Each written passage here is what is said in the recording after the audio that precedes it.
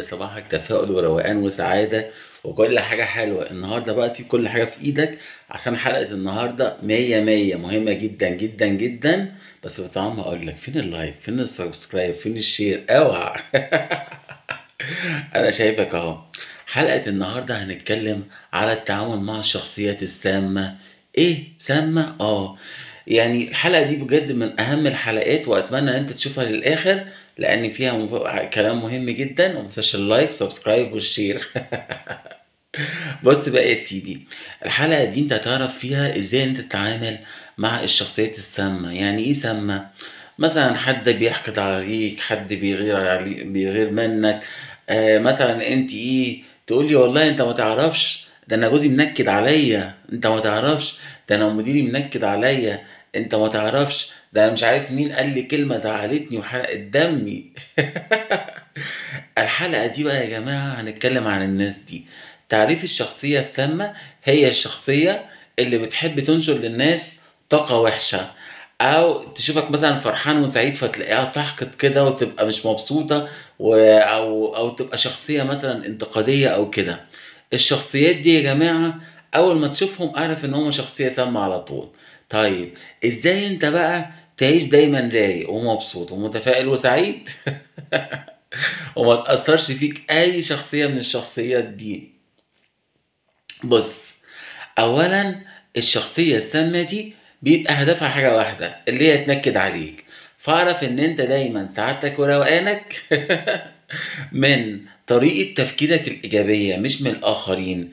فأنت لما أنت بتعلق سعادتك وروقانك على الآخرين، لأن ممكن واحد يقول ده أنا بحب واحدة وطلعت عينيا، او خطيبتي او مراتي او فدي معناها ان انت عندك مشكلة انت بداخلك، ان انت بتعلق سعادتك واستمتاعك بالحياة وروقانك على الاخرين، او عكس كده. بمعنى ايه؟ بمعنى ان انت مديهم الكنترول ان هم يتحكموا في مشاعرك، وده معناه في العمق ان انت اسير ليهم. وده معناه ان انت المفروض تشتغل على شخصيتك اكتر وتبقى اقوى، لان القوة يا ولاد مش في ايه، مش في الزعيق ولا في الكلام البذيء ولا في الشتايم. القوة ان انت تبقى سعيد دايما ورايق. دايما يا رايق، انت يا رايق. بقول لك ايه، تعالى هنا. انت مش قلت لي هتعملي اشتراك؟ مش قلت لي هتعملي لايك؟ مش هتعملي تعليق؟ اعمل لي ده بقى، اوعى انا شايفك ها. فانت اعملي ده لان الجد بجد اللي جاي حلقات مهمة جدا جدا هتخليك رايق ومستمتع وعندك تفاؤل كده في حياتك. فانت دايما زي ما انا قلت لك كده، انت لا تسمح لاي، يعني فكر كده، قول كده جوه عقلك الباطن: انا بستمد سعادتي من طريقة تفكيري الايجابية ومن ثقتي بالنفس، ولا اسمح للاخرين ان هم ياخدوا مني مشاعر اللي في مشاعر السعادة او مشاعر الروقان. وكرر دي، لان انت لما تكرر التوكيد الايجابي دوت دايما لعقلك الباطن، عقلك الباطن بيقول لك صح، صح، انت فعلا عندك حق. وفعلا هيديك مشاعر السعاده وهيخليك ان انت تشوف الناس اللي بتبقى بتحاول ان هي تزعلك او تضايقك او كده، ويقول لك ده ناس غلابه خليهم على جنب كده. انبسط انت واضحك. تمام. فدي اهم حاجه، ان انت تقولها طريقه تفكيرك ازاي تبقى في المواقف دي. لازم تكون ايجابيه، ولازم ان انت تستمد سعادتك من الاخرين.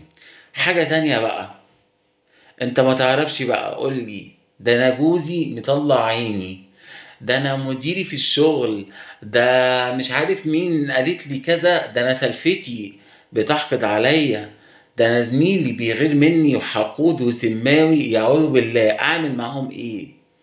اول حاجة خالص، انت حلل، يعني مش حلوة، حلل دي صح. تنساش اللايك والسبسكرايب والشير ها. انت يا جماعه اللي مش هيشترك في قناتي فايته الكثير من السعاده والبهجه والاستمتاع بالحياه. بص بقى يا سيدي، انت لما انت تتعامل مع الناس دي حاول ان انت يعني متقعدش معاهم فترة كبيرة. ليه؟ لان انت رايق، انت تستحق الناس اللي تحبك وتعاملك بطريقة جميلة كده وتبقى مبسوطة لانبساطك. فانت اختار دايما الناس الكويسة، ما تضيعش وقتك مع الناس السلبية او الناس الوحشة. طب انت تقولي لي ايه؟ طب انا اعمل ايه؟ ما هو جوزي قاعد في وشي ليل نهار، او مراتي او مديري، اعمل ايه يعني؟ ما انا مجبرة ان انا اتعامل معاهم. هقول لك بقى يا ستي، او هقول لك وأنت قاعد معاهم وأنت مضطر إن أنت تتعامل معاهم، اقعد كده تخيل طول الوقت ان هم عمالين يقولوا لك كلام سلبي، وده مهم جدا لعقلك الباطن. اتخيل ان هم عمالين يقولوا لك كلام سلبي ويقولوا كل الكلام السلبي وانت ولا يهمك وعمال تبص لهم كده وتضحك.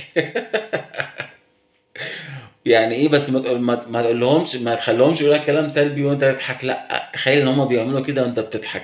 فانت كده بتبرمج عقلك الباطن بالخيال برضو، ان مهما الناس دي قالوا لي انا هفضل ايه، هفضل رايق ومستمتع. وعقلك الباطن ده بيصدقك، يقول لك اه تصدق، يعني الناس دي فعلا لو هي جت فعلا قالت لك اي مشاعر سلبيه او كلام سلبي، انت برضو هتبقى ايه، هتبقى رايق وهتبقى مبسوط. وكذلك التعامل مع الناس المتنمرين، ما تديش عقلك للناس، لان ممكن كلمه واحد يكتئب عشان حد قال له كلمه. تخيلوا حد قال له كلمه سلبيه فيكتئب فيبقى حزين فمش عارف ايه. لا، تخيل كده ان الاشخاص السلبيين او الاشخاص المتنمرين او الحاقدين او الغيورين كده، انهم بيقول لك ده ولا انت ولا فارق معاك، وقلل التعامل معاهم. ولو مضطر اعمل التمرين بتاع الخيال فانت بتبرمج عقلك الباطن على ان انت سعيد مهما كانت الظروف. واعمل، كرر التوكيدات الايجابيه، التوكيد اللي انا قلته من ساعتها. ودايما خليك وسط الناس الجميلة. عارفين يا جماعة دايما الناس يقول لك ايه، الصاحب ساحب، فانت خليك دايما وسط الناس السعيدة الفرفوشة اللي زيك.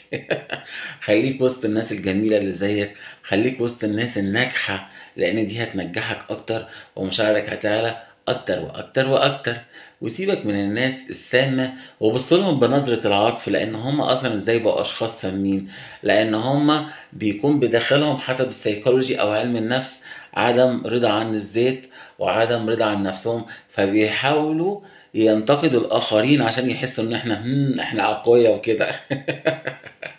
فوصلهم نظرة العطف كده، ونظرة اللي هم يعني ايه، نظرة العطف كده، واتمنى لهم بجد ان هم يكونوا سعداء. بس ابعد نفسك عن طاقتهم، وخليك دايما ايه مع الناس الرايقة. عارفين اللي بيقولك بحب الناس الرايقة؟ خليك انت مع الناس الرايقة. ومتنسيش ايه ده، انت صوت لحد هنا ما عملتش اللايك والسبسكرايب والشير، انت حر بقى، ذنبك على جنبك. اللي مش هيشترك في قناتي هيفوتوا كتير من البهجة والسعادة.